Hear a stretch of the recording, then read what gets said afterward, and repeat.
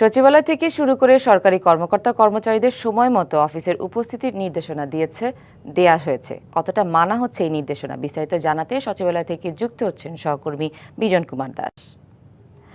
বিজন, প্রধানমন্ত্রীর সময় মেনে নিয়মিত অফিস করছেন, কর্মকর্তা কর্মচারীদের অবস্থা কেমন দেখছেন, কি বলছেন তারা, জানাবেন। দেখুন সুনন্দা, কিছুক্ষণ আগে যারা প্রবেশ করছেন তাদের সাথে আমি কথা বলতে চেয়েছিলাম যে উপস্থিতি বিষয়ে। তারা বলছেন যে আগে আমি পাঞ্চ করে আসি, মানে হাজিরাটা দিয়ে আসি, তারপর আপনার সাথে কথা বলবো। তার মানে তাদের যে ব্যস্ততা বেড়েছে, অন্তত তাদের সাথে কথা বলে আমরা সেটি বুঝতে পেরেছি। তবে অনেকে স্বীকার করেছেন যে আগে আসলে কিছুটা ঢিলে ডালা ছিল, কিন্তু এই নতুন সরকার আসার পর যে প্রধানমন্ত্রী নির্দেশনা দিয়েছেন এবং বিশেষ করে জনপ্রশাসন মন্ত্রণালয় থেকে গতকালকে যে চিঠি ইস্যু করা হয়েছে, সেই পরিপ্রেক্ষিতে সবাই সজাগ আছেন এবং তারা অফিস করছেন। ইতিমধ্যে আমরা দেখছি যে বিশেষ করে গাড়িতে করে সচিব পর্যায়ে যারা আছেন, বা সিনিয়র সচিব বা সহকারী সচিব বা জয়েন্ট সেক্রেটারি আমরা যাই বলি, তারা গাড়িতে করে আসছেন। তাদের গাড়ি এখনো প্রবেশ করছে। আর বিশেষ করে চতুর্থ শ্রেণী, তৃতীয় শ্রেণীর কর্মকর্তা কর্মচারী যারা আছেন বা সহকারী যারা আছেন, যে অ্যাসিস্ট্যান্ট যারা আছেন, ব্যক্তিগত কর্মকর্তা যারা আছেন, তারা ইতিমধ্যে সবাই কিন্তু আগেই প্রবেশ করেছেন। কালার এক্সপার্ট ডার্ক স্যাপ এবং মাইল্ড অন হ্যান্ডস টেকনোলজি সমৃদ্ধ অরিক্স অ্যাডভান্স ডিটারজেন্ট পাউডার, আপনার লন্ড্রি এক্সপার্ট।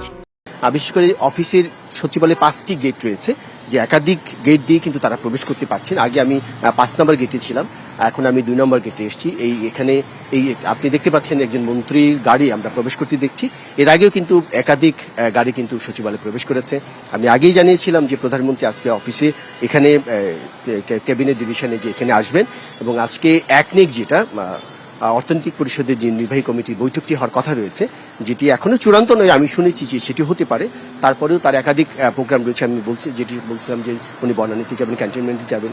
তার আগমনকে কেন্দ্র করে অফিসের গতি যেমন বেড়েছে, এই ঠিক নির্দেশনার পর থেকে যে দাপ্তরিক নির্দেশনা, সেটির পর থেকে কাজের গতি বেড়েছে, সেটি তারা স্বীকার করেছেন। আমরা গত কয়েকদিন ধরে সচিবালয়ে যারা নিয়মিত কাজ করছে, আমরা দেখছি যে মন্ত্রীদের একাধিক প্রোগ্রাম রয়েছে, এবং বিশেষ করে নতুন নির্বাচিত সরকার তারা সচিবালয়ে যখন অফিস করতে আসছেন, মন্ত্রীরা নির্বাচনের পরপরই তাদের এলাকার যারা নেতাকর্মী আছেন, যেহেতু রাজনৈতিক সরকার, তাদের সাথে দেখা করার জন্য প্রতিদিন বাইরে থেকে প্রচুর লোকজন আসছেন। আপনি দেখতে পাচ্ছেন যে এখনো পর্যন্ত সচিবালয়ে প্রচুর গাড়ি কিন্তু প্রবেশ করছে। মাত্র 9টা বেজে গেছে, হয়তো কিছুক্ষণের মধ্যে তাদের সেই আশা শেষ হবে। এবং আমরা দেখেছি যে কয়েকজন মন্ত্রী কয়েকজন তাদের প্রোগ্রামও রয়েছে। এছাড়া সচিবালয়ে যারা আছেন, বিশেষ করে ঢাকার বাইরে থেকে যারা আসছেন, তারা অনেক আগেই প্রবেশ করেছেন। আমি পরবর্তীতে মন্ত্রণালয়ের ভিতরে যাওয়ার চেষ্টা করব, দেখব আসলে কোনো দপ্তর কোনো ফাঁকা আছে কিনা, সেটি জানার চেষ্টা করব। তো আপাতত দেখছি যে এখনো পর্যন্ত সচিবালয়ে যারা আসছেন তারা বেশিরভাগই প্রবেশ করেছেন, আর হয়তো কিছু বাকি আছে। আমরা এখানে অপেক্ষা করছি, আমরা দেখছি পরবর্তীতে যদি মন্ত্রণালয়ের ভিতরে দাপ্তরিক কাজতে কোনো টেবিল ফাঁকা থাকে, সেটি পরবর্তী খবরে তো আপনাকে দেখানোর চেষ্টা করতে পারবো। তো শুনুন, আপাতত এই ছিল আমার কাছে এখানকার সবশেষ খবর। বিজন, ধন্যবাদ আপনাকে। এদিকে সরকারি কর্মকর্তা কর্মচারীরা সময় মতো অফিসের নির্দেশনা মানা হচ্ছে কিনা এ নিয়ে আরো জানাতে রংপুর থেকে আমাদের সাথে যুক্ত হচ্ছেন সহকর্মী মাজেদ মাসুদ। মাজেদ, রংপুরের বিভাগীয় কমিশনার অফিসের চিত্র কেমন দেখছেন, জানাবেন। সুনন্দা, আমি এই মুহূর্তে রয়েছি বিভাগীয় সদর দপ্তর অফিসের ঠিক সামনে। আমরা দেখেছি সকাল 9টার কিছুটা সময় আগে থেকেই কিন্তু এই অফিসের যারা কর্মকর্তা কর্মচারী রয়েছেন তারা আসতে শুরু করেছেন। কিছুক্ষণ আগেই সরকারি যে স্টাফ বাস রয়েছে, সেই বাসের মধ্যেও নিয়মিত যে কর্মচারীরা বা কর্মকর্তারা যাতায়াত করে থাকেন সেটিও কিন্তু এসেছে, এবং আমরা দেখেছি কর্মকর্তারা তাদের স্ব স্ব দপ্তরে গেছেন। এখনও অনেকেই আসছেন, হয়তো অল্প সময়ের মধ্যেই সেই আশাও শেষ হয়ে যাবে। আপনি নিশ্চয়ই জানেন যে নতুন সরকার দায়িত্ব নেওয়ার পর থেকেই সারা দেশের মধ্যে একটি প্রাণচঞ্চলতা চলে এসেছে। কর্মক্ষেত্রগুলোও কিন্তু কর্মমুখর হয়ে উঠেছে।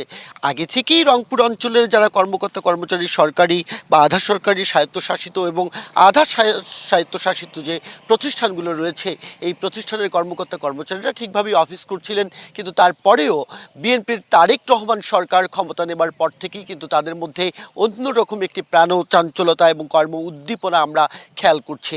একদিকে সরকারি কর্মকর্তা কর্মচারীদের যেমন কাজে শৃঙ্খলা ফেরানো লক্ষ্য রয়েছে, অন্যদিকে জনগণের সেবা যেন নিশ্চিত হয়, সময় অনুবর্তিতা যেন মেনে চলেন কর্মকর্তা কর্মচারীরা বা সরকারি যারা অধস্তন ব্যক্তি রয়েছেন তারা যেন সেটি মেনে চলেন।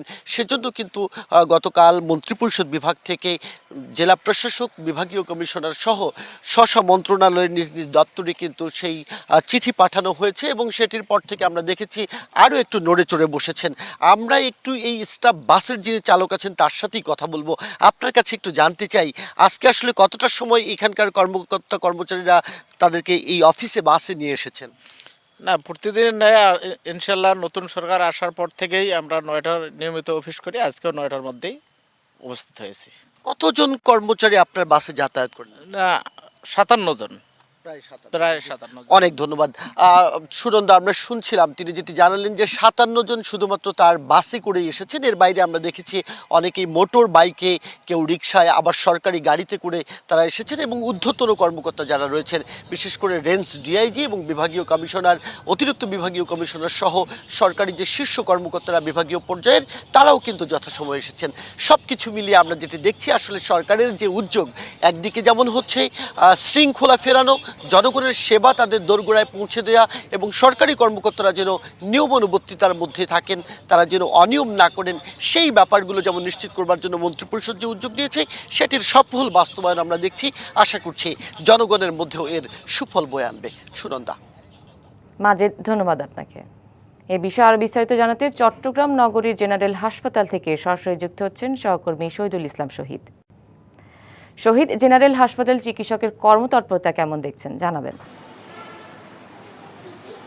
চট্টগ্রামে যে দুটি সরকারি হাসপাতাল রয়েছে তার মধ্যে চট্টগ্রাম জেনারেল হাসপাতাল, যেটি আসলে আন্দরকিল্লায় অবস্থান করছে, আমরা এখানে এসেছি। আমরা যে সরকারি হাসপাতালে যে আসলে যারা এখানকার কর্তব্যরত চিকিৎসক আছেন তারা কি এখানে সময় মতো এসেছেন কিনা বা এখন কাজের পরিবেশ কেমন সেটা আমরা দেখতে এখানে এসেছি। আমরা সকাল 9টার সময় ঠিক এখানে দেখেছি যে জেনারেল হাসপাতালে তত্ত্বাবধায়ক আছেন যিনি ডাক্তার একরাম হোসেন, তিনি ভিজিট করেছেন। আমরা সেই সময় তার সঙ্গে কথা বলেছিলাম।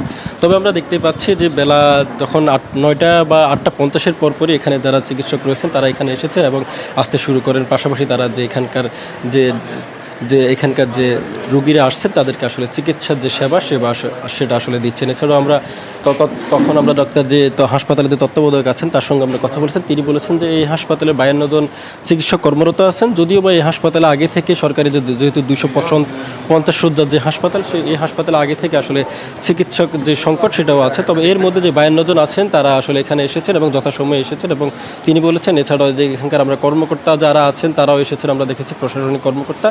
এর বাইরে আমরা যারা কর্মচারী আসতেন তাদেরকেও আমরা দেখেছি এখানে আসলে সঠিক সময়ে যে সরকারি নির্দেশনা, যে নতুন স্বাস্থ্যমন্ত্রী সরদার যে সাখাওয়াত হোসেন তার যে নির্দেশনা এবং সব মিলিয়ে চট্টগ্রামের যে হাসপাতাল রয়েছে জেনারেল হাসপাতাল, সেখানে আসলে সকাল 9টা থেকে আসলে তারা অফিস করছেন এবং এখানে যারা বিভিন্ন রোগীরা আসছেন তাদেরকে আমরা দেখেছি চিকিৎসা সেবা দিতে। এছাড়াও এই হাসপাতালে প্রায় 8টি বিভাগ রয়েছে, মেডিসিন, সার্জারি এবং শিশু, তারপর হৃদরোগ, নাক কান ও গলা ডিপার্টমেন্ট ছাড়াও এখানে মোট টোটাল রয়েছে 8টি ডিপার্টমেন্ট। এই ডিপার্টমেন্টগুলোকে আমরা ঘুরেছিলাম সকাল থেকে। আমরা দেখেছি যথাসময়ে আসলে এখানে চিকিৎসকরা এখানে এসেছেন এবং তারা যে এখানে চিকিৎসার যে কার্যক্রম সেটা তারা আসলে পরিচালনা করছেন। আমরা কয়েকজন রোগীর সঙ্গে কথা বলেছিলাম, তারা বললেন যে তারা প্রতিনিয়ত এখানে সকালে যে আউটডোর রয়েছে আউটডোরে তারা আসলে এই হাসপাতালে ডাক্তার দেখাতে আসেন এবং দেখানোর সময় তারা আসলে প্রত্যেক সময় আসলে তারা এখানে যথাসময়ে যে চিকিৎসকরা আসেন তারা আসলে দেখতে পেয়েছেন। তো সব মিলিয়ে চট্টগ্রামের যে জেনারেল হাসপাতালের যে চিত্র সেটা আসলে যথাসময়ে এখানে ডাক্তাররা এখানে এসেছেন এবং তাদের যে চিকিৎসা সেবা